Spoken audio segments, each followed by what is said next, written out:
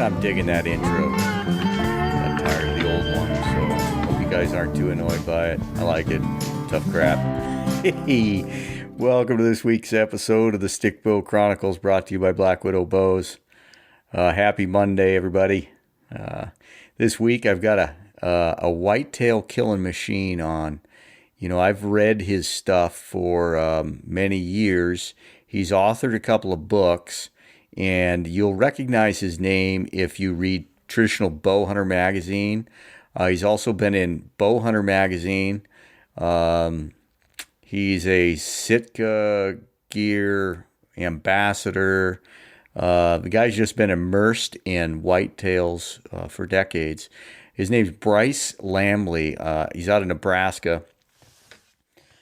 Yeah, I really enjoy talking to him, hearing how he goes about, chasing whitetails. I've had the good fortune to talk to Harmon Carson, Nathan Killen, Johan Dietrich. Everybody's got their different tactics. And so catching up with Bryce, I tried to get with him back in October. Didn't work out. And funny enough, we finally got it around to shooting the breeze. Yeah, we talk a little bit of 80s music and some antiques, but 99.9% chasing whitetails and how he goes about it. So I think you guys will like this episode. It although the calendar says it's still, let's see, June, July, August, September. Yeah, we're still looking at 4 or 5 months, but right, the fire's always burning. So before I get going, go on Compton Traditional Bowhunters website to the virtual, not the virtual, to the auction, and get registered on there. Man, there's some items on there that are undervalued for sure. I was looking at a cool knife set from Traditional Bowhunter Magazine that they had donated. That hunt that Carol Mock donated is still, I think, undervalued. I think it's at $2,200. Hunt for two for a week during the rut. Holy smokes. Go check it out. That's ComptonTradtionalBowhunters.com, or just Google it. What else is going on? Well, I think that's it. I want to say thanks to the sponsors. Go check out Selway Archery. He's got that new flex quiver I've been kind of drooling over. Kifaru International. Appreciate Aaron and their crew's support over there. I'm going to have my striker pack in the tree stand as you're listening to this episode. I'm going to be in a tree stand. And hopefully by Monday, I've got bear blood on that striker pack. But big thanks to those guys. The Footed Shaft, Terry and the crew out there. Be looking. We're going to do a giveaway here in the next month or two with Terry.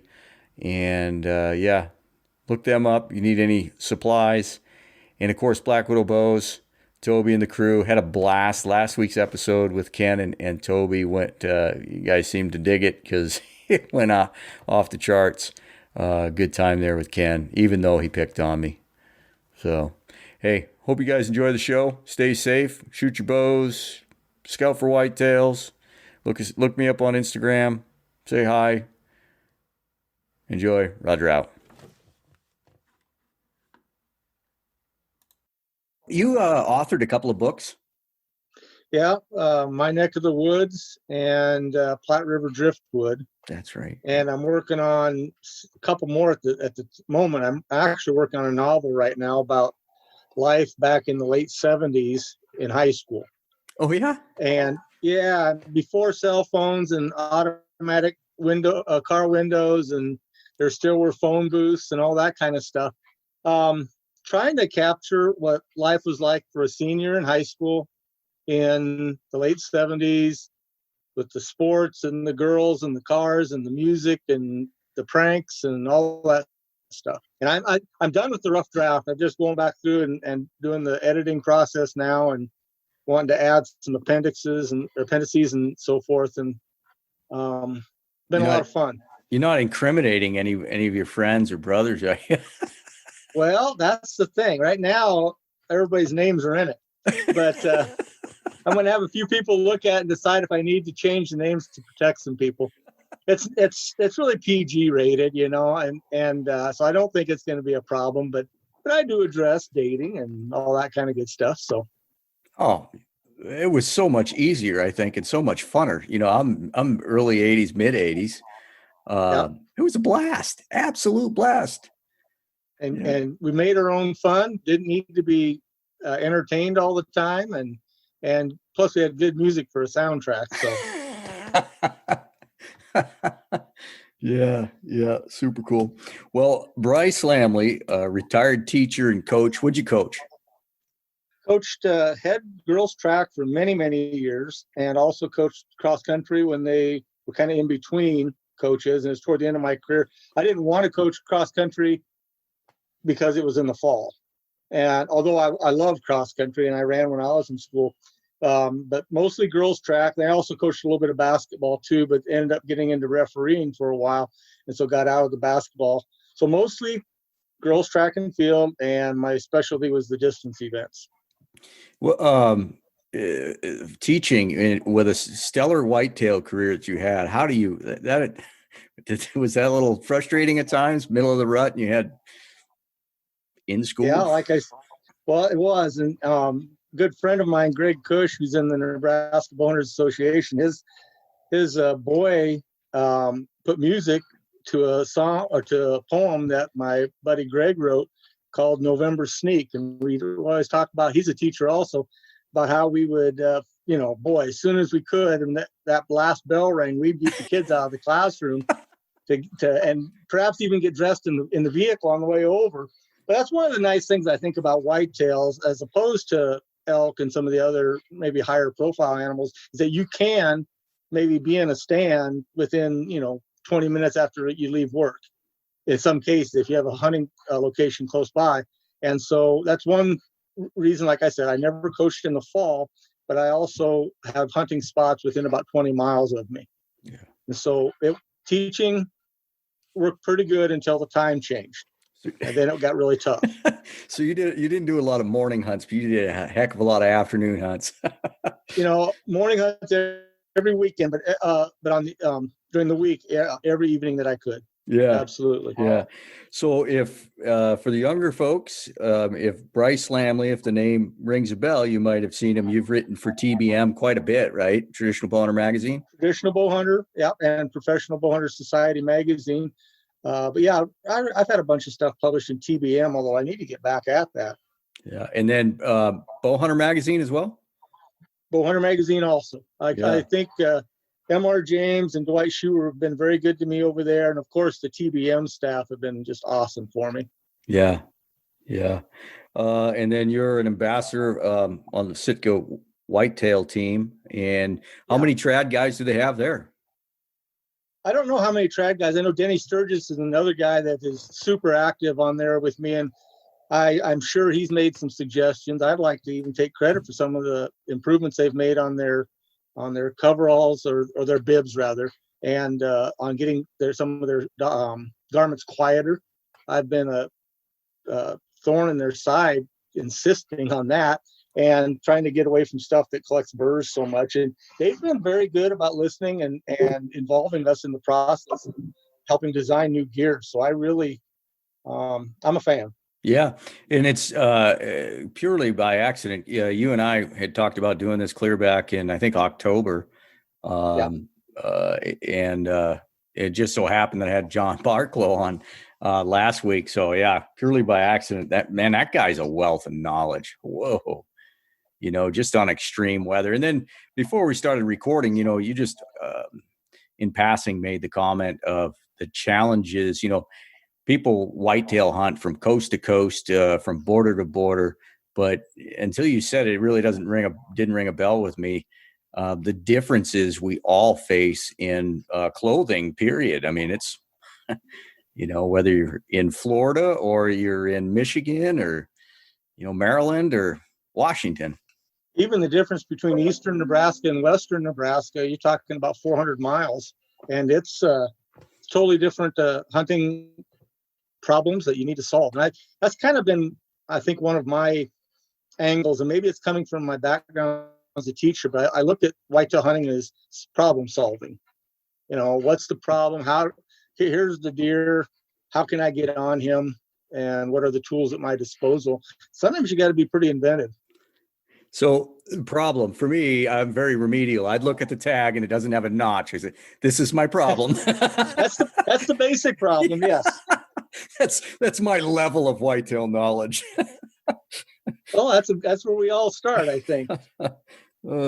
So you sent me a fantastic tool to get ready for this, and in the form of a slide presentation. And right off the bat, I noticed how many slides you had of your families, your siblings, your brother, your dad, your mom. So speak to a little bit. How did you get started? Well, Dad's been a hunter all his life, and some of my earliest memories, and these had to be around kindergarten or first or second grade, involved crawling behind Dad as he crawled up on the lip of a pond bank to jump shoot ducks off the pond. And I remember one time looking at my brother Kevin, who had to be 3 or 4 at the time, and giving him the thumbs up or whatever, laughing, but his dad looked so funny with his butt waddling up the bank to shoot these ducks on the pond. But Dad always, I look back at it now, Dad really put his success in the back seat while taking all of us boys out as often as he could. So we were immersed in hunting and fishing and trapping, and grew up that way. My collection of shotgun shell boxes and so forth is because he started handing me his old Peter's shells, and I'd smell them after he'd shoot a squirrel or whatever. And then, you mentioned the rest of the family. I've got really all 4 of us boys are involved in the outdoors pretty heavily. While I was a teacher and a coach, I also did a lot of the outdoor riding. My next brother, Kevin, is manager of the Shield store in Overland Park, which is Kansas City, Kansas. My brother Scott is a teacher and a coach, but also a taxidermist and a heck of a mule deer bow hunter. And my youngest brother is a big game guide and outfitter up in Canada. Yeah, that was one of the photos that jumped out at me. He's a trapper. Is that correct? He traps, and he was doing guided tours for trapping for a while, but Manitoba's been kind of funky about their, calling it tourism or whatever. And I think he gave that up this last year, but he still hopes to bring it back. But yeah, he'd take people out and on wolf trap lines, and it just a lot of fun. And, we all grew up doing the trapping and the hunting and fishing. And, it's one of those perfect cases where the apple didn't fall very far from the tree. Yeah. Yeah. Outdoor smart, wood smart, trapping, some of the best outdoorsmen, man. That's what I thought of when I saw those critters. Man, trappers are fantastic outdoorsmen.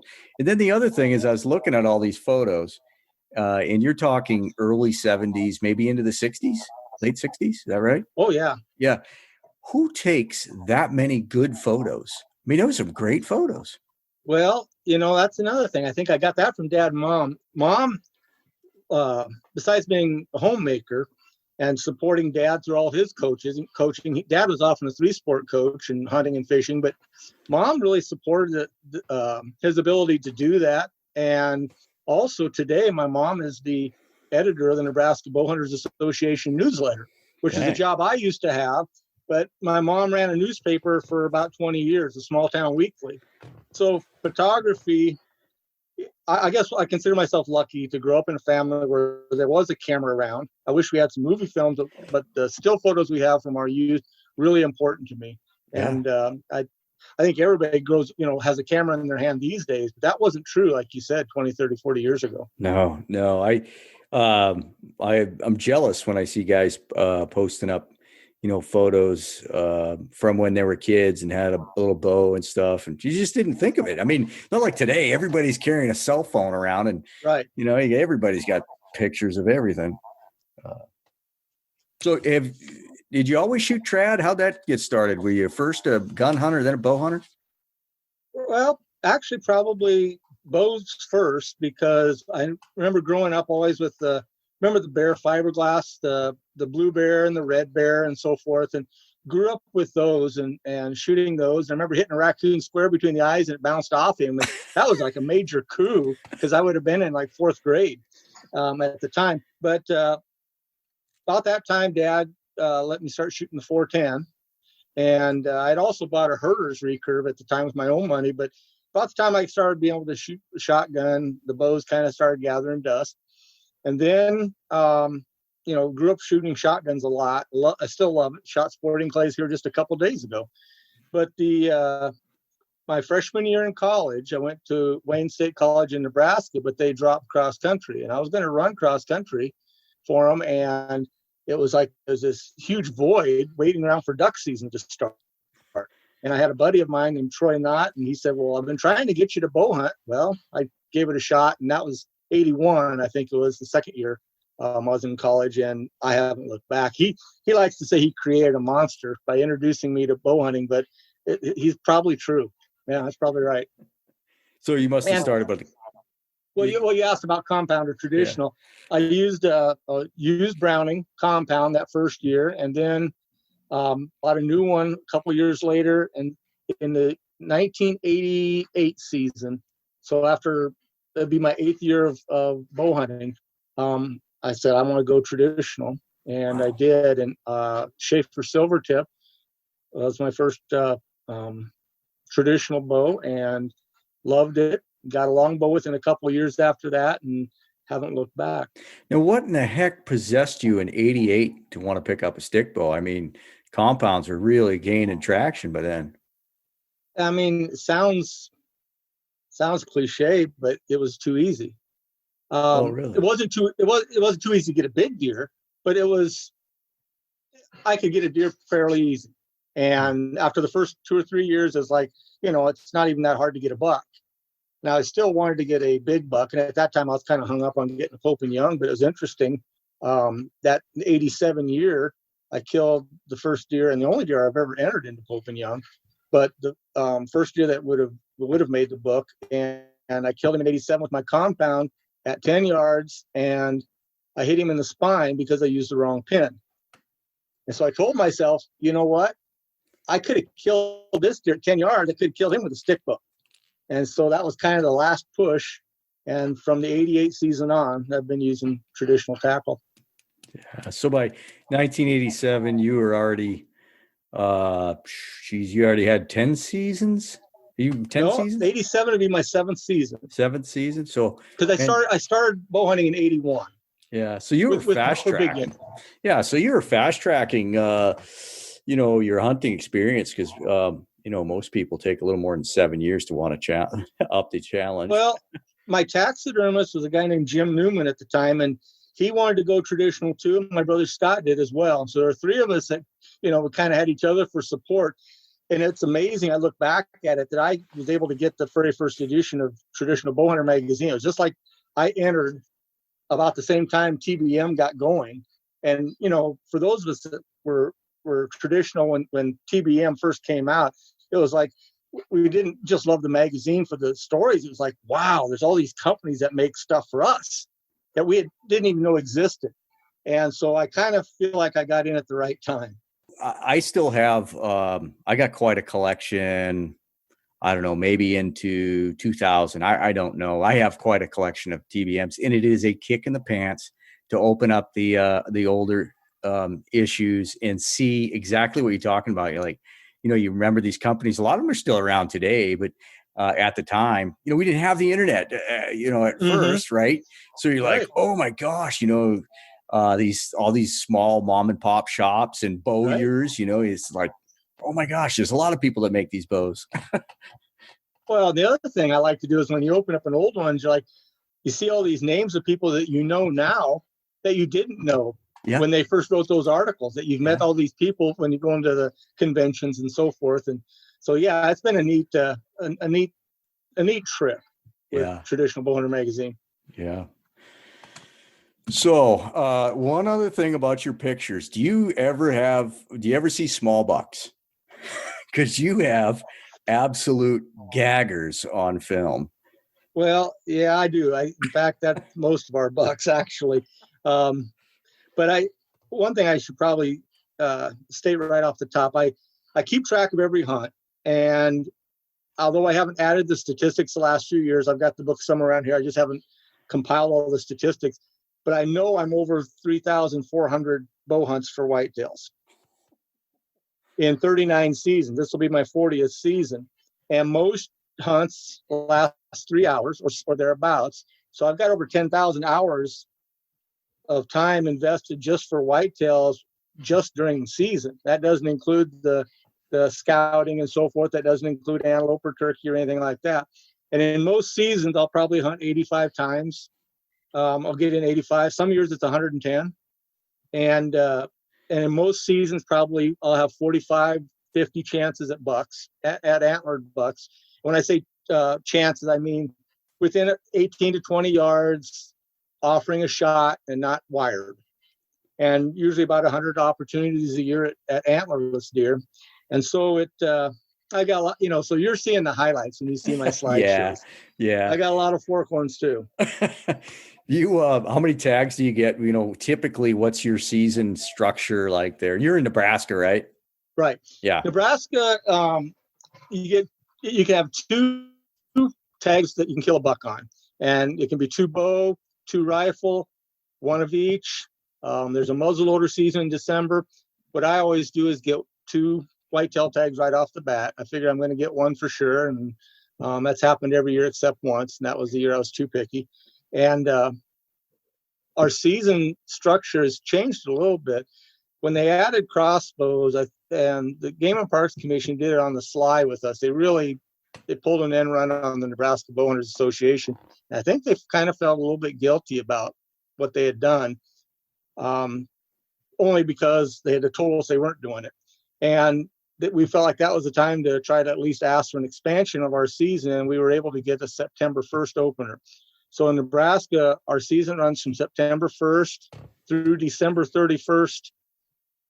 And it's probably been the last 10 years that we can also hunt during the 9-day gun season if we wear blaze orange. So it's inclusive beginning of September through the end of December. The 9-day November gun season is the 9 days that end the Sunday before Thanksgiving. So it's usually middle-ish. Okay. So it doesn't include any of the Thanksgiving weekend, but it'll end the Sunday before Thanksgiving that year. And it's 9 days, 2 weekends.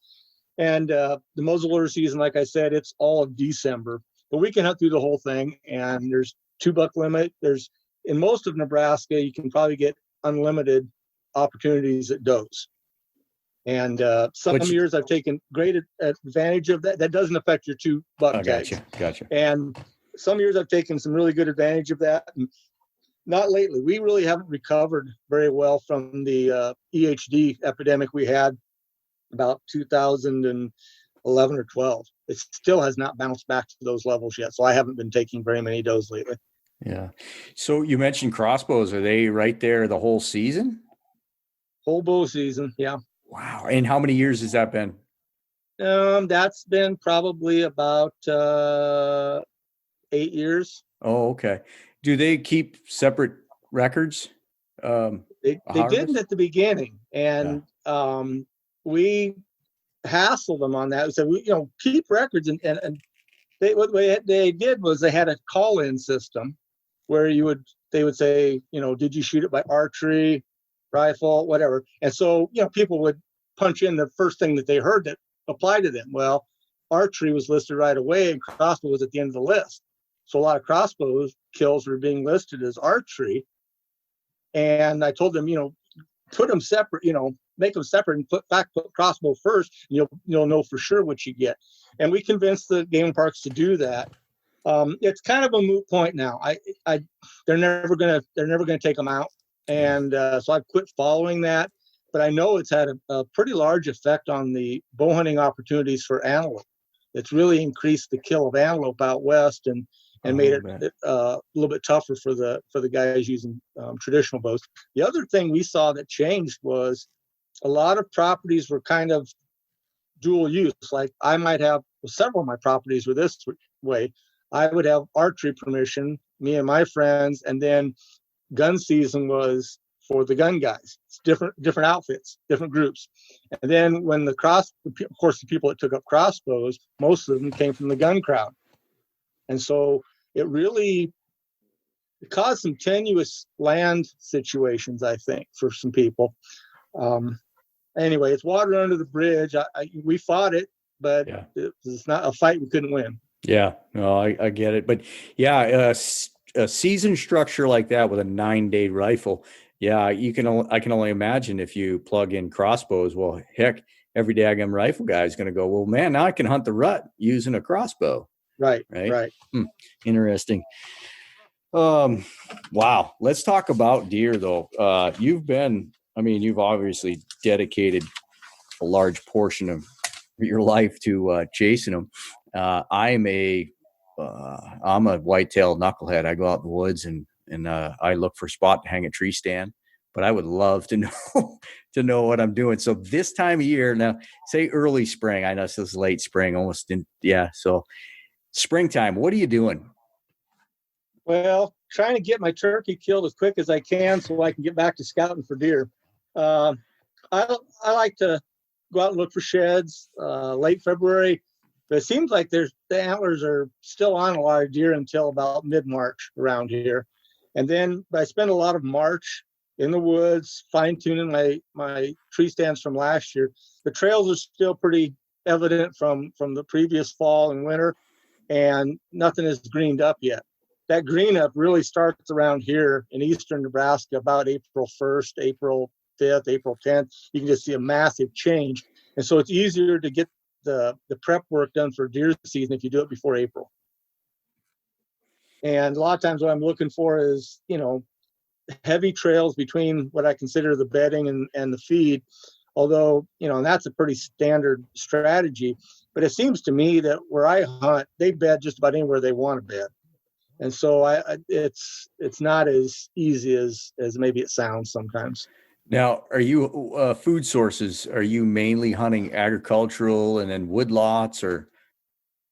Mostly along the Platte River bottom, you've got woods river bottom woods that will run right alongside the river itself, and then ag either north or south of that. The Platte River runs east and west. And so you might have anywhere from 50 to a quarter mile of timber along the river. And then to the north then, or to the south, you'll have your ag fields. And eastern Nebraska is becoming, I don't want to make a guess, but I will anyway, maybe 90% corn. And it didn't used to be that way. It used to be a lot more beans and with a little bit of milo, a little bit of alfalfa.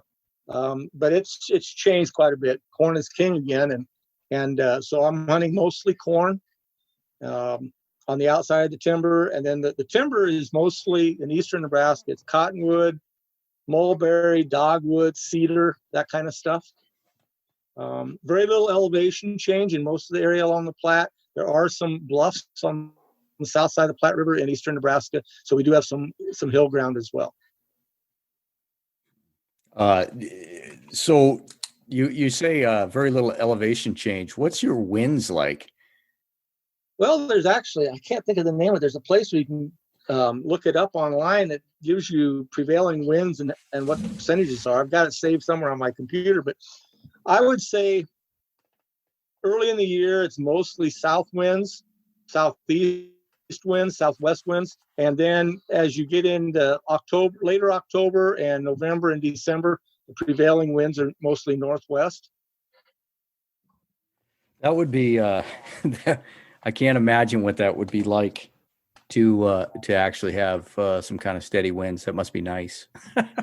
It is. And that's one of the things, we talked about before, but I think when you're in hill ground, the wind, even if the wind is steady, what it's actually doing in the timber and so forth, it can be a mess. Yeah. And sometimes it really takes a long time to run in those woods. And, I like to use milkweed, film it and watch where it goes. And there are times, if you get to know your woods well enough, there are times when you might be able to hunt a stand where the deer trail is south of you and the wind's coming from the north, but the wind is doing something funky in between you and that trail. But that takes a long time to figure out and learn. And sometimes you get up in the tree and realize that this isn't working. I got to get out of here. Yeah, a buddy and I, just yesterday we were hiking in a spot that I had a stand in last year, and I'm really excited about it. Oh, the subject of wind comes up, and I told him, I said, for me personally speaking, it's ingrained in me that I've got to be in the tree stand at first light. I've got to be in the tree at dark, and if I am 20 minutes late, mentally, I think my whole day is blown. But in fact, if I would wait an hour and a half to get in that tree, the wind will have changed. And now I can hunt it instead of being there for an hour and a half, letting my wind blow into that canyon, where the deer are coming. So, just the challenges of breaking habits, bad Well, habits. I'm kind of the same way you are, but you know who wasn't? It was Roger Rothar. Roger Rothar, he walked in after the woods were already light a lot. And obviously we know he killed some big stuff. Uh, By the way, that is what I do during turkey season too. Turkey season, I'll come in after, I'll leave them alone in that daybreak most of the time, even though you miss out on some cool gobbling. I kill most of my turkeys late morning through early afternoon. That's just an aside. Yeah, that's actually, I'm not a turkey hunter, and turkeys are not king around here, but I can't touch them in the morning coming off the roost. I just, they're all henned up. It's trying to call a bull away from a herd of cows. It ain't gonna happen. Right. But then I go out just screwing around, glassing for bears or looking for mushrooms, and here's these gobblers walking around by themselves coming into calls. Yep. So do you leaving your tree stands up year round, or you? I hunt private ground, and Nebraska is very private. I don't know the statistics. It's something like 95% private ground. There's not much public ground, although the public ground in the western half of the state is probably underutilized. But anyway, since I'm hunting private, most of my stands I leave up. I've thought to myself, people say, why don't you take them down? Okay, if I take them down, they're sitting in the garage for 6 months, and I turn around and take them right back out. What have I really saved? Now, you need to go out and loosen them up a couple of times because those trees keep growing. And I've had some problems with leaving stands in without making the necessary adjustments. But no, I leave them up, and have had very few stolen, a few, but not very many. What's your go-to stands? If you want to go out and buy a stand tomorrow, what's your setup, your steps and all that? I'm one of those guys that likes the cheapest stand I can find, because I'll probably have 40 stands up at any one time. Yeah. So what about steps? That's been a crisis for me lately.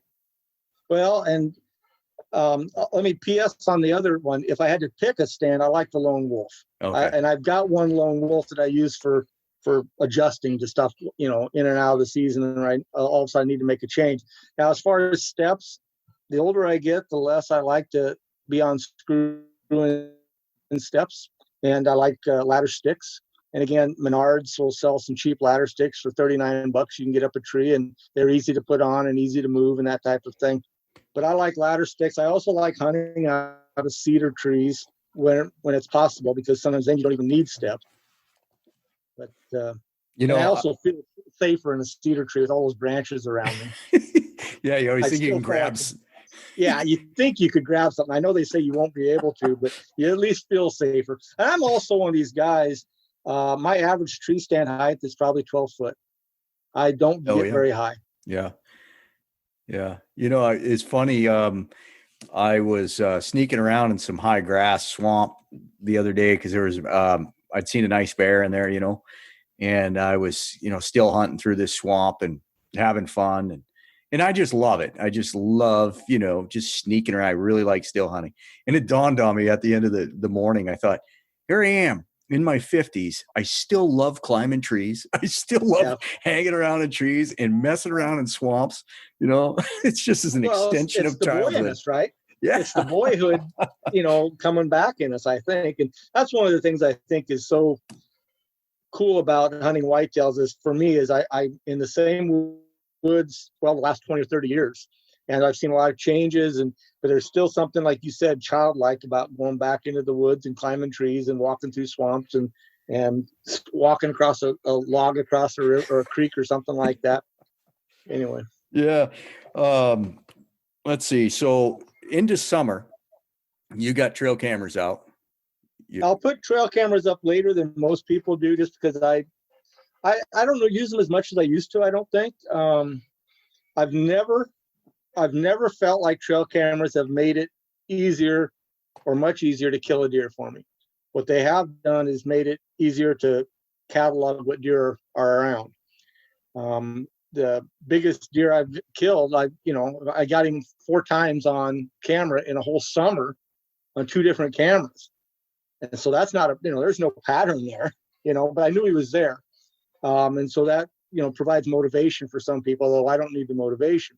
So I'll usually put trail cameras up right around the 1st of July, and monitor them for, July and then August. So I get about 2 months worth of trail cameras, and it kind of helps me point to which properties I want to focus on the most. And, but other than that, and maybe go in there one time if I can the day before a rain to clean up some shooting lanes. I like to do it the day before a rain. If I know, or on a rainy day, go in and clean up some shooting lanes that have grown up over the summer. But otherwise, I try to stay out of the woods. And the other thing I try to do with my trail cameras is I like to find places to put them where I'm not bothering the deer. And that usually means on an access lane. If you can find an access lane between corn and beans, that's perfect. Or an access lane that's going toward a bean field. It just seems to me that the bucks like those at night. They like those lanes for easy walking. I'm sure they're not banging the corn stalks off their rack. Maybe that's just me thinking that, I don't know. But I also think it's a little bit of a showtime for them, because I'll often get numerous bucks on within minutes of each other on the same lane. So I think that bachelor group is going out to the bean field that's maybe way out beyond all these cornfields, and the bucks are hanging together and pretty visible sometimes in the summer. So by access lane, you're meaning equipment coming in. Yeah, like a farm lane. Yeah, it's a 2-track, or a 2-track alongside a fence. And a lot of times what I'll do is I'll find a 2-track with corn on one side and then maybe a mulberry tree on the fence line, and they love mulberry leaves. As well as mulberries themselves. In fact, one of the things I've learned over the years is mulberry leaves, there must be like candy to them. They love the leaves of mulberries as well as the fruit. And so if you can find a mulberry tree along a lane with corn on one side and maybe beans as a destination, that would be my perfect, my ideal setup for a trail camera. Yeah, interesting. So you're cataloging bucks. Do you start hunting September 1st? Yep. I'll be out there the first morning unless it's raining hard. Yeah. I don't like to hunt much in the rain because of the blood trail situation and that really heavy vegetation. A lot of times you shoot a deer early in the year around here and he's out of sight within 10 or 20 yards. And so I want to make sure I've got a good blood trail. That's funny you say that, because that was something that was drilled into us, meaning, when we were younger, you never hear that talked about anymore. It was, you didn't hunt in a heavy rain, just for that fact, but you don't hear it mentioned anymore. I've had a couple tough trails because of rain, and I don't know. What's the definition of insanity? Doing the same thing numerous times, expecting different results. And I'm not saying that deer can't be killed, and of course they can be. And I think if I had better, maybe if I was out in the antelope hunting area where I could see for the next half mile, a blood trail wouldn't be necessary. But boy, in the early season river bottom timber in Nebraska, you need a blood trail. Yeah. All right. So you're starting in September. It's hotter. I'm assuming it's hotter in Hades. Yeah. What are we doing for scent, if anything? I try to never hunt a stand that's wrong for the wind. I sometimes, and this doesn't happen very often, but there have been times I've walked in a pair of gym shorts, carrying my camouflage with me. Once I get to the tree, put it on, and try not to work up a sweat. Early in the season like that, I'm not going deep into timber. I'm hunting on the edge usually pretty close to those lanes I mentioned to you before. Or a lot of times in eastern Nebraska, you'll have a dike or a levee separating the river bottom and the timber from the ag land. So I might be hunting where they're crossing over the dike and that sort of thing. The idea is to make very little intrusion. Sometimes I'll even leave before quitting time. If a train's rumbling by 10 minutes before quitting time, it's like, okay, that was a good time for me to get out of here and not spook anything. And so I hunt a lot in early September, but I try to hunt very, very carefully. And, I'm saving my go-to spots deeper in the woods for October and November. You're just keeping your camouflage clean. You're washing it in unscented soap or something. Right. Unscented soap. In fact, everything I, even my underwear and blue jeans and whatnot, I wash in unscented soap. I'll use the special, hunting soap when hunting season comes. Unscented deodorant, antiperspirant. I don't make a ton of attempts to keep stuff in scent-free bags. I don't use any ozone stuff. Sometimes that damages some of the elasticity of some garments and so forth. But there's a point of diminishing returns with your effort, and I'm not going 110% on reduction. All I'm doing is I'm taking a shower before I go every time. I don't wear a cologne. Once hunting season starts, I won't wear a cologne till January.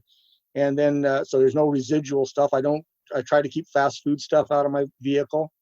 I don't let the kids cook without shutting off the bottom part of my house so scents can get down here.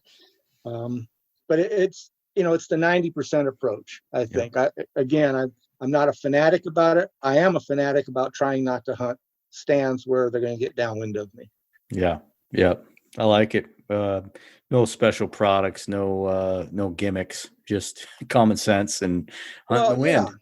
Yeah. And I think if you do 90% like that and are still careful about your approach and hunt more, I think that's a better equation for success than being a fanatic about everything and not, and all this extra effort and then maybe only hunting half as much.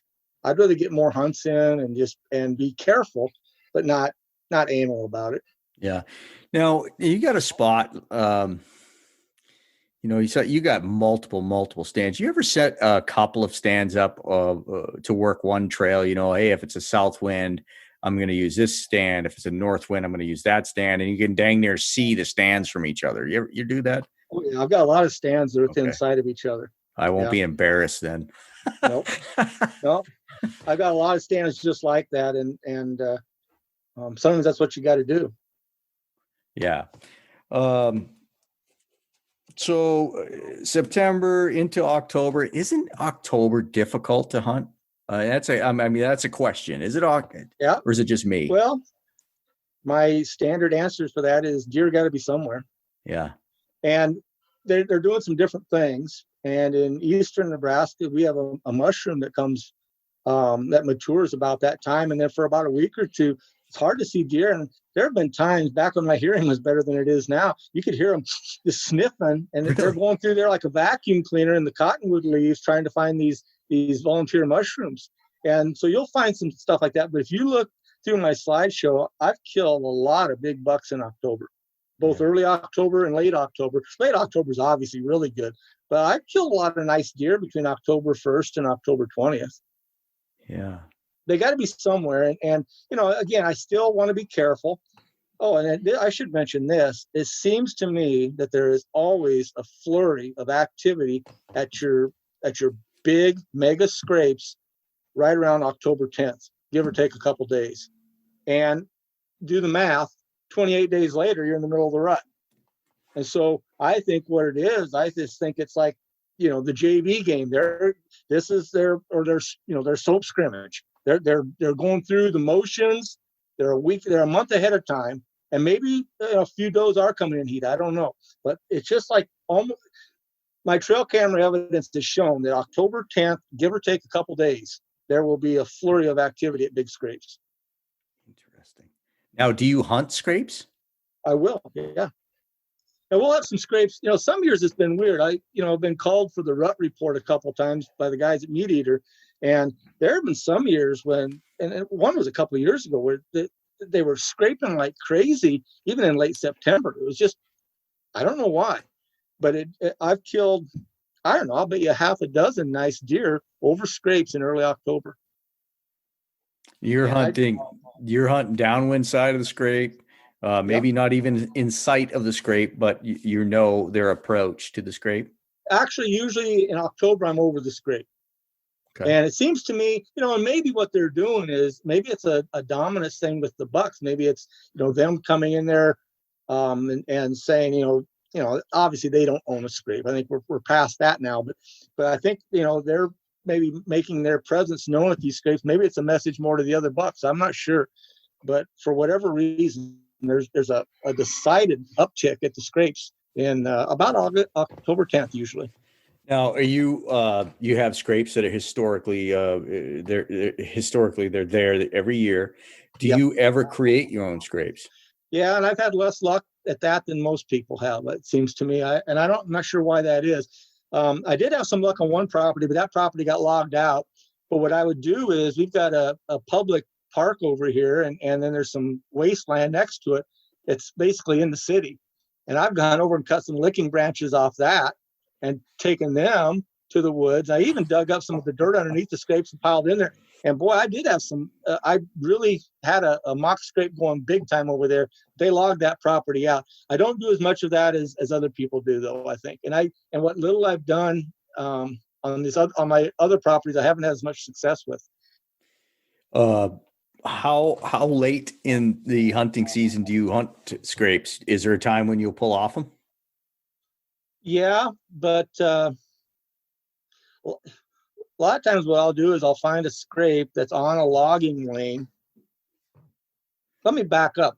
I think it used to be that I would consider myself being a wuss for hunting the edge, for not going down deep and getting in the timber and that type of thing.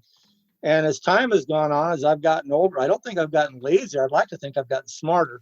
But some of those scrapes on the lane that maybe goes down to the river through all the woods, I can get there quiet. I can get out of there quiet without leaving much scent, without breaking branches. And a lot of times those bucks will still hit that scrape. Oftentimes, like maybe 9 or 10 o'clock in the morning, and then right at dusk. A lot of times I'll have them come in there.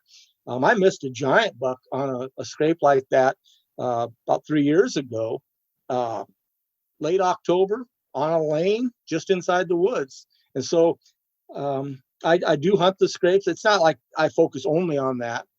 What I'm looking for when I set up my stands is a place where I can be downwind of where I think decent deer traffic is. And what I do think sometimes is that those scrapes help define that deer traffic. You might have 4 paths going through the woods, but when they get closer to that scrape, they all kind of bottleneck together. And then if I can be downwind of that spot, I might be in a good chance for success.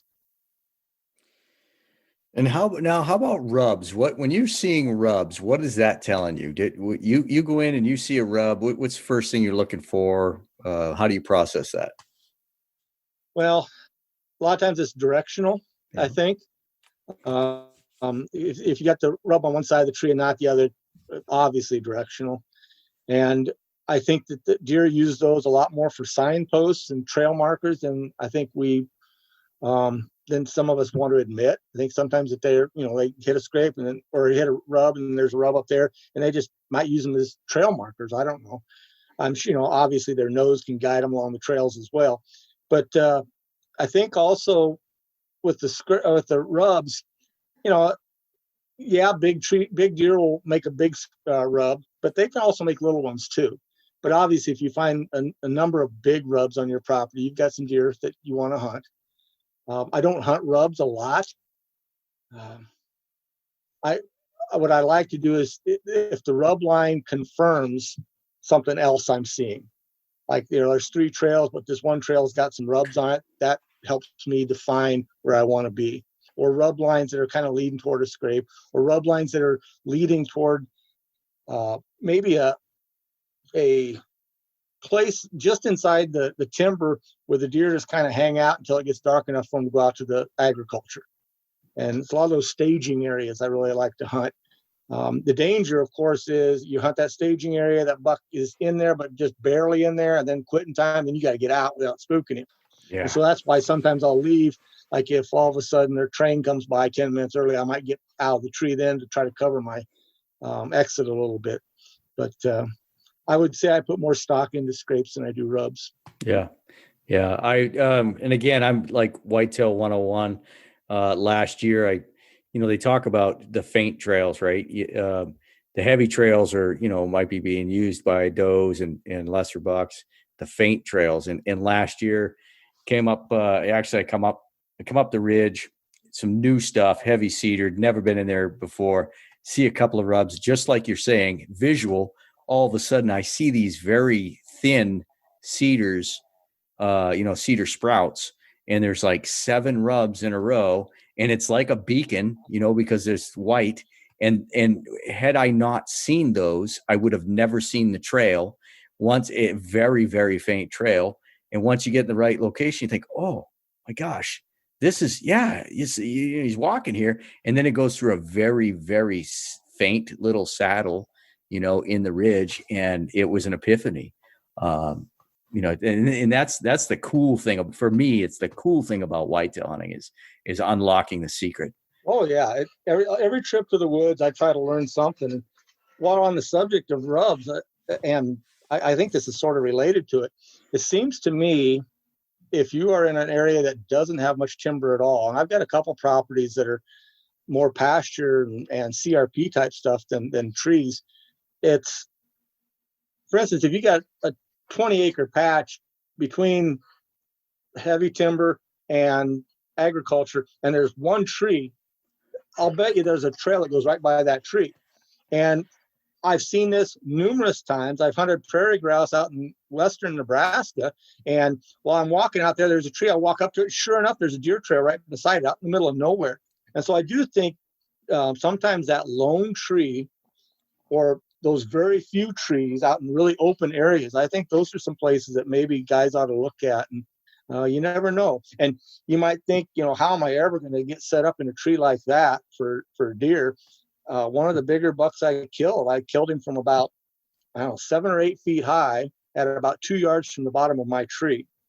And it was a tiny cottonwood about the size of my thigh, and just a young cottonwood. I had to jerry rig the stand up in there, even to get a stand up there. And when got time for a story, here's a quick story. Oh, heck yeah. I'd already killed a 140 early in the year, and so I was going to be really picky on the second deer. Well, sure enough, here comes this buck, and I looked at him and I thought, he's not quite that big, but this is cool. And he walked, and it was blowing probably 35 miles an hour. This is one of those cases in October where most guys were home watching football. It was Saturday night, and they were watching. In fact, Nebraska was getting beat by Missouri that night. And I was out in the timber, and sure enough, this buck came down the trail, and he stopped right below me where I had come in to enter my tree. He didn't even look up that tree because that tree is so small. He's looking out toward the bean field, wondering where I was at. Well, what's going on here? Where's this guy at? Because I'd probably come in 2.5 hours earlier. Anyway, I'd watched him. Actually, I had a video camera. I was videoing him, and he got underneath me. I was like, geez, he looks pretty big. I pulled the camera away, and I was like, oh, boy. Hung the camera up. He's 2 yards from the bottom of my tree. Got my camera up, unhooked my bow, leaned over, and shot him. I could have reached down and touched him with my longbow. Well, where is your shot placement? Right, it was just off the spine, and it went down where the tip of the broadhead just poked out his body right here, but no blood. It was all internal. I skewered both lungs barely. And anyway, long story short, he barreled out there, and it was dark enough. I lost track of him in the tall grass within probably 50 yards. Had to go out there the next morning and found him about 150 yards away, with just finding him because there's no blood to follow it. And plus, tracking in brome grass and stuff like that's really hard. You need leaves to get a good blood trail. But the thing was, here I was in a tree that no sane person would have ever put a stand in. And I could have leaned over and touched him with my bow. That's how close he was. Did you write that in an article once? Yes, I did. I do. I remember that now. Yeah. That was a crazy one. And and the problem is the guys came in and they took down those little trees. And so I've got, I have to go to plan C now on that property. But I do think sometimes we get really set in our ways of looking for the perfect tree, multi-branch tree, or the perfect setup and so forth. And I take a little bit of pride kind of in killing deer in unusual circumstances, or surmounting some tough odds sometimes, or hunting places where nobody else would hunt. You ever use ground blinds? I do a little bit. I'd rather use a natural one for deer. On this property, I should add though that I did buy a redneck blind, and I need to get one of the hay bale covers for it, because I think on that property a hay bale blind would work, because there is some actual prairie hay on that property. But most of my places, I don't want to leave up my blinds over that long. Oh, sure. In the fall. But again, that brings up a good point too, though, with the ground blinds. I've learned after a lot of frustrating antelope hunts that I need a bigger blind to shoot a stick bow out of, or a shorter bow. And so I got a 56-inch pronghorn, and that works out of most ground blinds. I really like it. You're a pronghorn guy right now, right? I am. I've been shooting pronghorns exclusively since about 2005. Yeah. And what was the bowyer's name? I know, is it Herb Nealon? Yep, that's what I was thinking. It's Herb. Yeah, Herb, he's been around for a long time. Oh, yeah, and he's still putting them out. And in fact, this 56-inch bow, I just got it here a couple of years ago. I love it. And I've got also a green one that I put snake skins on. I call it the Green Machine. And I got a curly maple one or curly ash, and I call it Blondie. And then the one I just got, I call it's the 56 inches, is shorter, and it's kind of my pale rider. So I've got three long bows, and they're all made by Herb, and I love them. I've got some other bows, but I probably won't shoot another bow for hunting. Yeah. What kind of arrow material? What are you shooting? I'm shooting aluminums, 2018. Nice. That's a classic. 2018 is a classic shaft. Well, and I don't know. I found I'm not a tinkerer with bows and arrows. I'm not, some guys love that stuff, and more power to them. I'm just not. I'd rather tinker with my hunting strategy. And so I spend very little time. And once I found 2018 shot well out of my setup, I bought multiple dozens of them, and I'm still on those. I still try to pick them up if I can find them in olive drab, or or some, you can't hardly find them anymore with the autumn orange. Oh yeah, and stuff like that. But I like the 2018s, and I 4-fletch, and more for looks than anything. Mm-hmm. I think 4-fletch shields, or I mean 5-inch shield. Okay. Yeah, so I got a lot of feather on there. Ooh, buddy. Well, I was going to say, at a 2-yard shot, 7 feet up, you need a lot of recovery there. Well, that probably helped, on that one, didn't it? But no, I do it. One of the things I like about using that much feather, you just got this whirling ball of color going toward downrange, and I like bright fletching. Up in a tree, you could have white fletching. It's not, a deer looks up in a tree, there's a lot of white, up there too. Yeah. And so I like bright fletching. I've been on too many deer trails of other people where, where'd you hit him? And I don't know. Yeah. And I would much rather have some feather and some bright color at that to have a better indicator of what to do next. How about your broadheads? What were you shooting there? I've actually gone to the Grizzly single bevel. Yeah. And it seems like for me, one of the things I'll tell a lot of people is that I believe that there are probably 20 good traditional heads out there. They're all good. And not all, but almost all of them are really, really good. And I've used Zwicky and Magnus and snuffers, and killed probably more deer with woodsman than anything else. But right now and ace heads as well. But right now I'm kind of on a Grizzly kick. I want penetration with deer. With turkey, I want the arrow to stay in him. That's why I'll use a 3 or 4 blade head. But with deer, I want a 2 blade head, and I want penetration. Yeah. It amazes me, and I mean, it's not news. It's not news anymore. But when you see, not that I watch hunting shows anymore, Haven't seen one in a long time, but all the kinetic energy these modern bows produce, and you just shot a deer, a whitetail out of a tree stand at 25 yards and you didn't get an exit hole. Are you kidding me?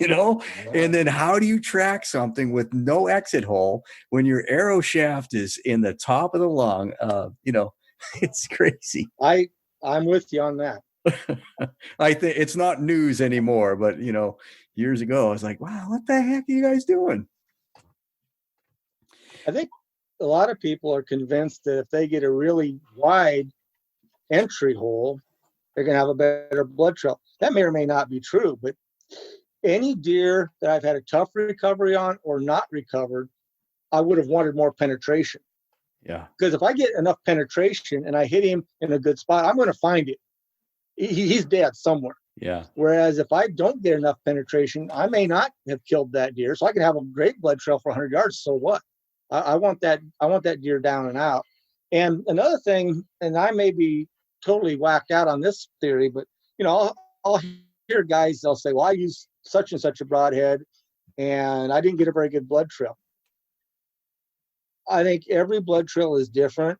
And that includes if I hit the same spot 2 years in a row. It might be that deer was twisted. And so when he straightens back out, the skin covers the exit hole. Did the arrow stay in him?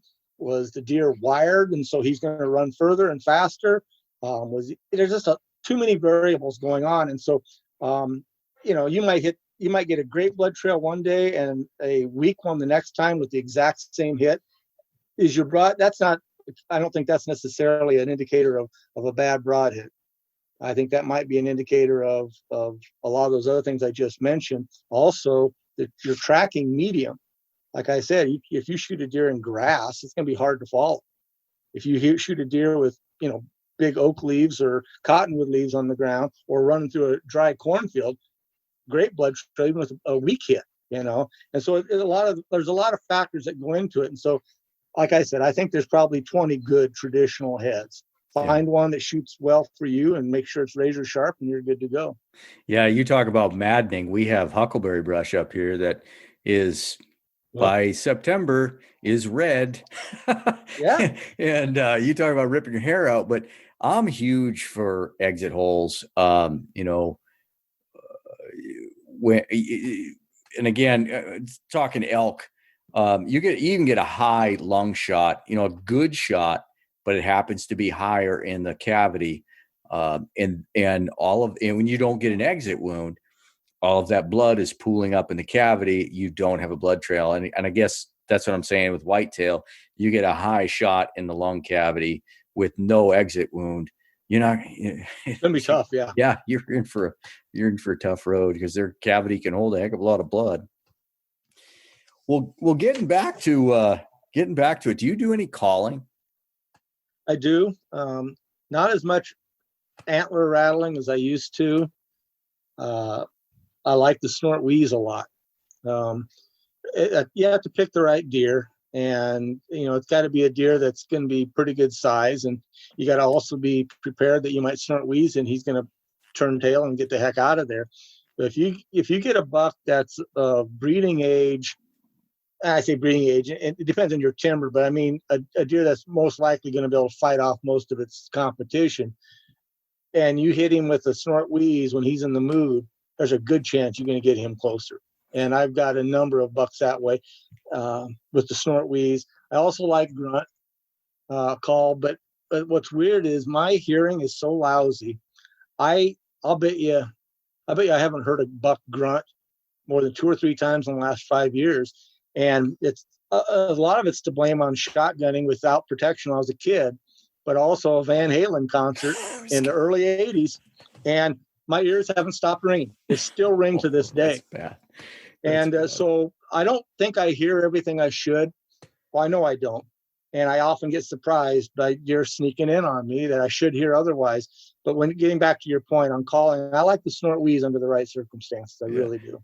It's funny you mentioned the rock and roll because 3 weeks ago or 2 weeks ago, you were posting 80s bands on Facebook. And that's why I was like, I got to give Bryce Lambley a call. And then when you said your hearing, I was like, me and you got the same problem. We Oh, listen to Van Halen and fill in the blank. yeah. As loud as that crappy stereo would go in our first vehicle. Well, I woke up the next morning after that concert. My ears were still ringing. That's not unusual, but it never went away. Oh. And it's probably too late, isn't it, to do a class action lawsuit against David Lee Roth? Oh, I don't know. You never know. At the time, it was one of the wildest things I'd ever done, so I was probably okay with it at the time. No, mine was AC/DC. We salute you. That big cannon fire. Boom! Yeah. It's like, you just couldn't get it loud enough. So snort wheeze. Did you hear and know about the snort wheeze before the Wenzel brothers were talking about it? No. Yeah. I'm really good friends with both guys, and I correspond with Gene probably every week at least. And Gene was the guy that turned me on to the snort wheeze. I don't do it with a call. I do it with my mouth. And sometimes it sounds really good, and sometimes I don't think it sounds that great. But no, those are the guys that turned me on to that call for sure. Yeah. And without getting too personal, how's Gene doing? I don't see much or hear much from him. How's he doing these days? From Gene? Yeah. Gene's out in Montana again, and his wife is having some health issues, and it's going to be a gradual thing out there. And so I think Gene's hunting is going to be curtailed for a little while. He and his wife stopped by here. It's probably been 6 months ago or so, but she looks great and he looks good. But I think his hunting is going to be a little bit limited for the next couple of years. Is he back in the Bitterroot Valley? Yes, he is back home where he's got some help from his two daughters and his son both live nearby. Yeah. And so he gets a little bit of help from them and back home. And I think, his family has been helpful for Donna. And God, I love them both. That's for sure. Mid-90s, probably mid-90s, probably around 97, I guess. I was running a big project in Missoula, Montana, and I was pretty good friends with Dale Dye. And so on my off times, I'd run down to Hamilton and see Dale and hang out with him. And I knew Gene lived nearby. And so one day he's like, "Hey, you want to go over and see Gene?" Buddy, you'd have thought I went backstage to Van Halen. I mean, just to walk into Gene Wenzel's trophy room. Wasn't that nice? Oh my gosh. I mean, it was like, whoa, it was just cool to see him and talk to him. And he was so engaging and he's just a good dude. And yeah, it was pretty special for me. Well, speaking of rock and roll, you know who his neighbor is, don't you? At that old house, his next door neighbor was Huey Lewis. Get out of here. No way. Although Huey Lewis would not give him permission to trout fish on his part of that stream. Oh, I wouldn't either. Oh, no kidding. That's pretty cool. Yep. That's pretty cool. Huh. One of the coolest things when I was shooting the breeze with Gene there, he had, and I could be wrong, it's been a few years, but he had a vertebrae of something old with a stone point into the spinal channel. Yep.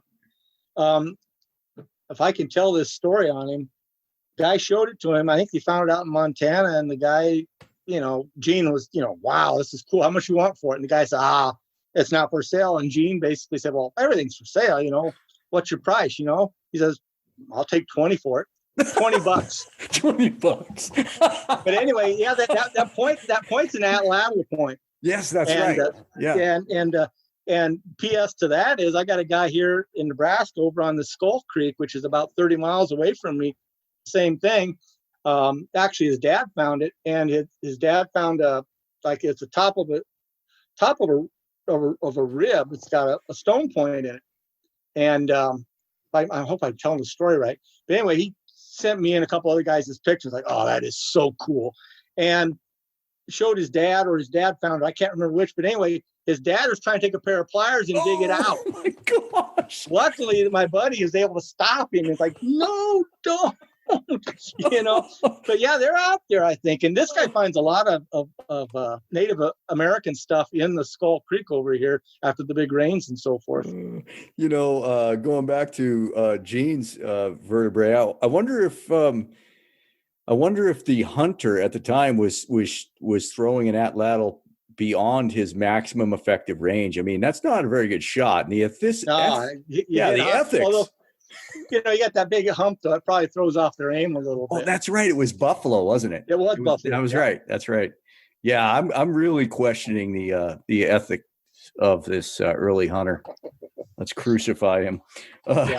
No, it was so cool. And then I got a chance to hunt with both of them on one of those pigging gigs. Remember when they used to do that in Texas? That was a kick in the pants. That was an absolute kick in the pants. Yeah, hunting with those guys, you better be ready for your sides to hurt from laughing. That's for sure. I've been able to hunt with them in Africa twice. I went with Barry and Gene in 94 and 99. And probably when the getting was good, I don't think it wasn't as expensive in 94 and 99. And I'd like to do it again, but it's not anywhere near the top of my list of things to do. But I'm glad I did it when I did. It was a lot of fun. And I met some good people too. Yeah. And that really was the 90s into the early 2000s. Probably all the 90s into the early 2000s was kind of like a heyday for traditional archery. I mean, it really was a good time. So you still have a tag, rattling. Oh, snort wheeze. Do you snort wheeze when you see a deer that is not in bow range, is not going to come into bow range? Is that when you use it? Yeah, usually. Kind of a last ditch effort. If he's coming in, I'm not going to mess with him.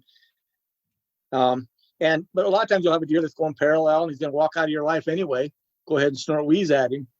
And sometimes it'll take 2 or 3, and you get him to swing around and come back at you. And something, like I said, there've been times when I've done it and that deer scalded out of there. And but that's when I use it. Yeah, you're right. Yeah. When it looks like that deer's not going to come by anyway, what have I got to lose? It's been the most effective. I've never killed a deer snort wheezing, but like you say, it was when I saw a good buck that was not going to come into range. It's a last ditch effort. And every time they respond, but I've never, generally for me, they've come in and then hung up in the brush and just get super aggressive and just raking and just really aggressive, but never have come in for. So maybe they haven't been champ and didn't want to get beat up. I don't know. Yeah. So you still got a tag in your pocket. Rut's over. How are you hunting now? Well, I'm going to backtrack for just a second. During the rut, one of my go-to things is to find, let's say the wind's out of the north. I like to hunt the south side of the timber for bucks that are trolling. Yep. And those trolling bucks, you just got to figure if they're on the south side of the timber, they can scent check more property than if they were in the middle of the timber on the north edge of the timber. The timber a lot of times is only a quarter mile wide or 200 yards or 300 yards wide along the river. And so again, if it's a north wind, I'm going to be on the south side of that timber. If it's mostly a south wind, I'm going to be on the north side of that timber, trying to catch trolling bucks. Afterwards, the last few years, I've had a lot of success in seeing decent deer and having some close range encounters in early December. And it may be that second rut or whatever, but I also think right after rifle season, deer are skittish as heck in Nebraska. They've seen way too many hunters. They've been shot at too many times. And then by about early December, maybe December 10th or so, it seems like the hunting will pick up again if you're not overrun by muzzleloaders. And a lot of times some of the same stuff you used to do with hunting in the rut will work, or the does are by then in feed mode. Some of the bucks are too. If the does are in feed mode and the bucks are still kind of interested in them, they'll be right behind them. And so I've had a lot of close range encounters with some nice deer in early December, close to the ag, but still down in the timber, because a lot of the does will come out into the ag during shooting hours, but the bucks will stay in the timber till till right about quitting time. So just, in that staging area, just inside. So during the rut, and again, backing up, during the rut, are you trying to key in on does? Yeah. Yeah. Yes. I mean, yes and no. I should probably go back and really look at this. I guess I've got stands that have always been my go-to spots, or areas that have been my go-to spots in the rut. In the morning, I like to be deeper in the timber. In the evening, I like to be closer to the edge. In the rut, especially evening hunts, I like to be 50 to 100 yards inside the timber, away from the ag. The does are filtering out to feed, and those bucks are trolling that edge of the edge of that timber just inside the ag. They're trolling that edge, trying to catch scent of a doe that's going out to feed that's still in estrus. And so I have a lot of success. That's probably my go-to during the rut, is evening hunt with a north wind. And again, the ag is to the north, so it's perfect. The north wind, the bucks are trolling that edge, and the does are coming through. The big thing is you just can't get smell, or you can't get detected by the does that are going out there. So you got to hunt thinking about the doe's nose in mind, and then hope that the bucks are going to follow them, or like I like to say, they like to intercept them. I think a lot of times the bucks are going perpendicular to what the does are doing. Oh, to cover more ground.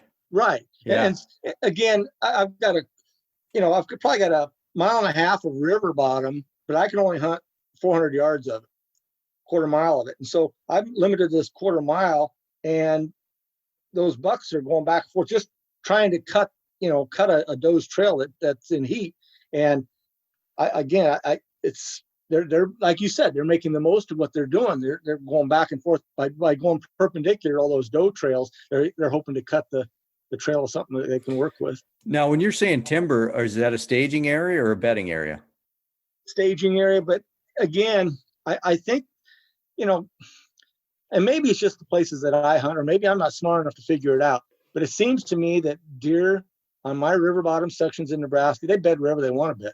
Yeah. And there's places where they've traditionally bed, but they bed anywhere. You walk 10 yards inside the timber, there's a bed.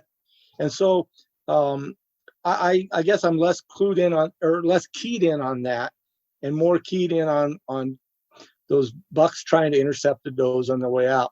I do think, like in October, it's more of a traditional staging thing, where the bucks are kind of waiting.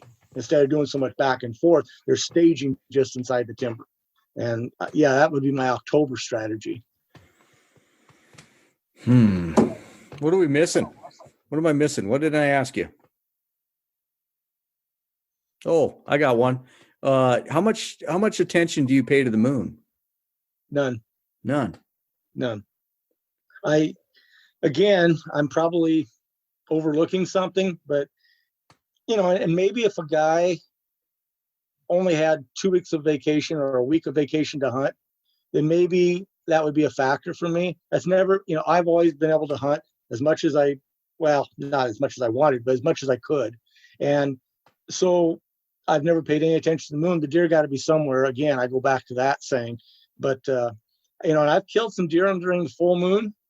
I remember it because of the drag out, or even, being tempted to try to take a success picture with that full moon overhead. And so I know that, they can be killed in any moon. And are there times that the moon is better? Probably, but I'm going to be out there every day anyway, so I don't pay attention to it. Yeah, that's kind of where I'm at too. I'm not going to miss a day. I'm going to hunt every day I can. But with that being said, in the summertime, or, really any time when I'm driving somewhere and I see a deer run out in the middle of the road at noontime, I almost religiously, I go, well, I wonder what the moon's doing. Because now that I'm keyed in on it, it's amazing. What do you see? Well, what do you see then? Well, I see movement in the middle of the day when that moon is overhead or underfoot and the sun is overhead. Yes.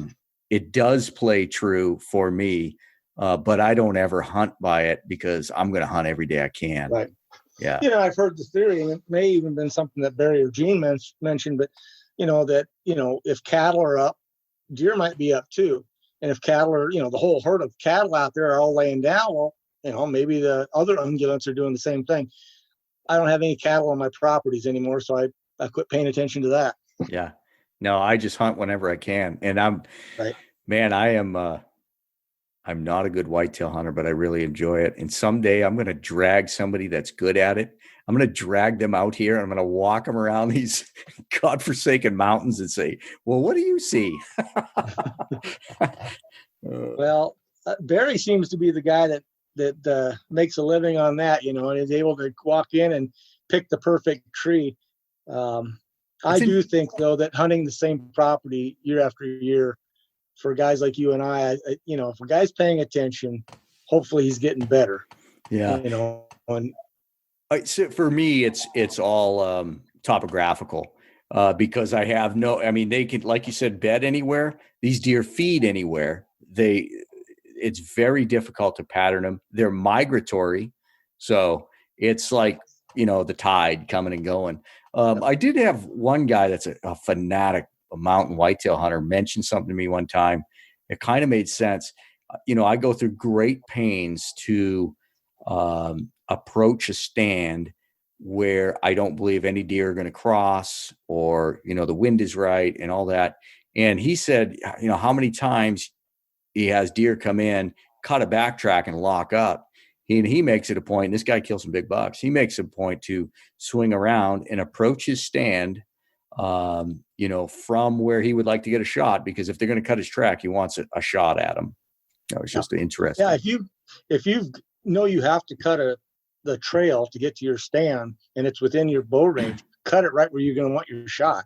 Yeah. That's another thing maybe I'll bring up. And I think one of the things that's helped me some of my success is trying to set up the shot in a certain spot. And one of the things I learned early on was if I cut a length of cedar, 8-inch length of cedar, 12-inch length of cedar, and throw it by a trail, that deer walking on the trail, unless he's in a big hurry, he'll stop and smell that.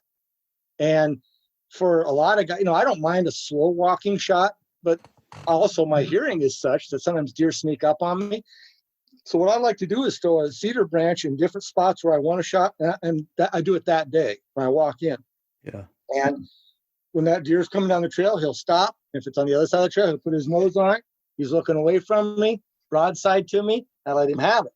And I can't tell you how many times, I'll bet you 10 or 15 of my bucks have been shot like that. Really? Yeah. When something has, and sometimes like in the rut, it might be there's a weed this high off the ground, 12 inches, and I'll put a dab of scent on that weed just on the other side of the trail. That deer comes bebopping down the trail, sniffs that, stops for a second, and I'll let him have it. And sometimes that's worked also where a doe was stopped, smelled that scent, and really been all worked up about it and spent 2 or 3 minutes figuring it out. In the meantime, that buck that's been coursing through the woods sees her, makes a beeline right toward her. He gets close to her. She bails out. He does what every buck does. Unless he chases her, he'll sniff where she was standing. He smells that scent. That's happened twice. See, and that's the chess match. That's the chess match that's so interesting to me. And of course, I'm a fork and horn guy. I've seen the bucks that you shoot. Pretty dang impressive. Well, what kind of scent we talking? Got a trapper buddy of mine. His name's Steve Morin. Lives in Maine. He does a lot of, and he, as well as I do, the guys that know how to trap, like the late John Collins, guys like that. Those guys, they've got it figured out with scent. Well, he makes some deer scent. Some years he makes enough to sell. Some years he doesn't. But back it's been about 20 years ago.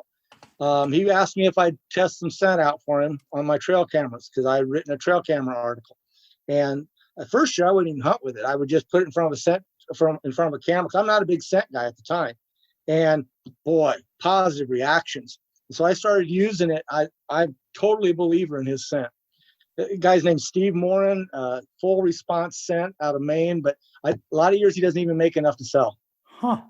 But it's, and again, if you get, I think another guy is like Smokey out of West Virginia, I think it is. Oh, he makes he makes interdigital scent, and he makes preorbital scent.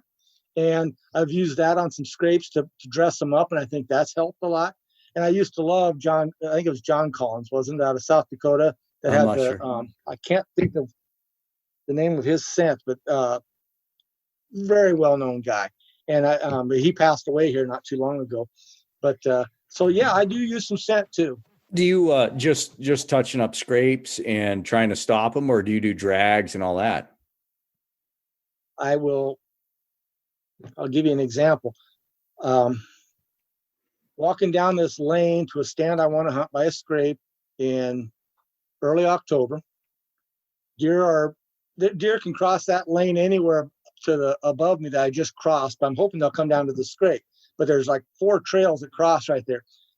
As soon as I get ready to cross the first trail, I'll put some scent on the nose of both my boots, on the toes. And then I'll just walk as normal, but toeing off. And I can't tell you how many times deer have come to that, smelled it, and followed me in. And in this case I'm talking about, a nice 5x5 came in, cut that scent, turned, walked right down the trail to the scrape that he was not going to go to. And I shot him right there. And so a lot of times what I'll do is I'll put scent on the nose of my boots, or the toes of my boots, for the last 50 yards in if it's really thick, maybe 100 yards in if it's an open lane or something like that. Just lay a slight scent trail in on the way in. Yeah. Is that like an estrus, or? He's got 3 or 4 different kinds, gotcha. and I've tried them all. I've probably in almost 20 years now messing with his scents, I've probably had 3 bad reactions and hundreds of good reactions. Wow. And so, and that wasn't always the case. When I was younger, everybody was buying Tink 69. Yeah. And I'm not knocking it. That might be some good stuff. But I had a lot of deer that, boy, they hit that scent, and I was probably putting too much down. Yeah. And they just turn and get the heck out of there. But so I kind of went away from scent for a long time. And this guy kind of talked me back into it. And I'm a believer. Now, how about peeing off the stand? If I have to go, I'll do it. Really? Yeah. I used to never do that. I hate this. An old hunting buddy of mine, I remember one time he got down, he peed in a scrape. I'm thinking, what in the world are you doing? Nowadays, I'll do that. Yeah. And there'll be bucks that will visit it that same night. Now, they might have been going to visit it anyway. I don't know. I don't go out of my way to pee in a scrape. But if I got to take a leak and there's a scrape nearby, and what the heck, I'll just try it. And a lot of times, and by the way, I put my trail cameras over scrapes usually about October 5th. That's where I'll move the trail cameras over the scrapes. Nice. Yeah, that's funny. I had to eat crow on the whole peeing off a stand. I wasn't. Me and my buddy used to jab in jest, but I never. When you pee and you've been drinking coffee and you can smell coffee, that's what I was telling him. He says, "There's no way." But I was proved wrong by some people and some high level, reputable whitetail guys, and I'm a believer now that it doesn't matter. Yeah. Well, I no longer carry a Gatorade bottle.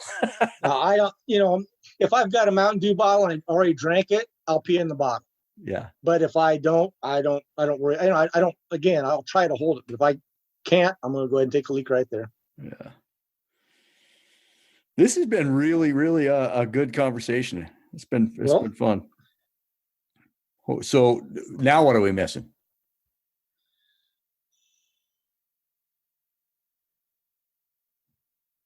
I don't know. Favorite band of the 80s? Probably Fleetwood Mac or the Cars. Oh, the Cars. There you go. Yeah. It's kind of weird. I've always said that, if you had to pick 5 bands that you could only listen to their music the rest of your life, you'd want to pick 5 different ones. You wouldn't want them all the same. I mean, I wouldn't want, Molly Hatchet and Leonard Skinner. And, I wouldn't want all the same thing. And so Fleetwood Mac and the Cars and Dire Straits. And then 2 bands that nobody's heard of, probably the Beat Farmers and I can't even remember what the other one was. I wish I knew some 90s band. I'd throw them out there, but I don't. Yeah, it's on that list I posted. You know, that was the other thing. Somebody said you have to pick 10 albums. I can't pick 10 albums. I think I end up picking 40, right? You do realize that a large majority of the listeners here are like going to be like, albums? What's an album? Is that what you put photos in? Oh, vinyl. You know, that's what my kid said the other day. He's like, is that where you take the needle and you put it in the grooves? It's like, yeah, buddy. Yeah, I still got a bunch of the 45s and. Do you really? Oh yeah, You know, when I was a kid, we had a building. This is bizarre. This is bizarre. We had a building on our property that was all fallen in. I grew up in Massachusetts. This building was all fallen in. The roof was caved in. It was just a junk pile. But me and my brother and our friends, we would dig around in this thing all the time. It was pretty big. We found so much cool stuff. We found probably 20 perfectly preserved Playboys from the 50s. I mean, buddy, and that was gold then. It would be gold today for a different reason. It would. But it was gold then. I found a box with letters written from the Civil War battlefield. Yep. And I found letters written from John Greenleaf Whittier. Is that yeah? He was an author, right? Author, right? Yeah. Maybe a poet even. Yeah, mate. I found so these letters were actually in. This is getting way off track, but they were actually in the envelopes, written in the envelopes with the stamp. And the ones from the Civil War battlefield,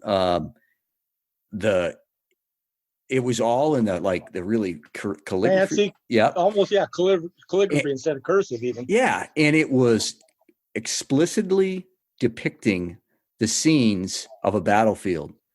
Wow. I mean, explicitly. I don't know how I got on this, but we found so much history, old baseball. I still actually, the only thing I have today is an old baseball. And when we had all of this stuff, and when I moved to Idaho, my mom kind of had a tough time and called in some antique dealers, and they just cleaned her out. They took it all. And if any one of you SOBs is listening to this, I will hunt you down. They took everything.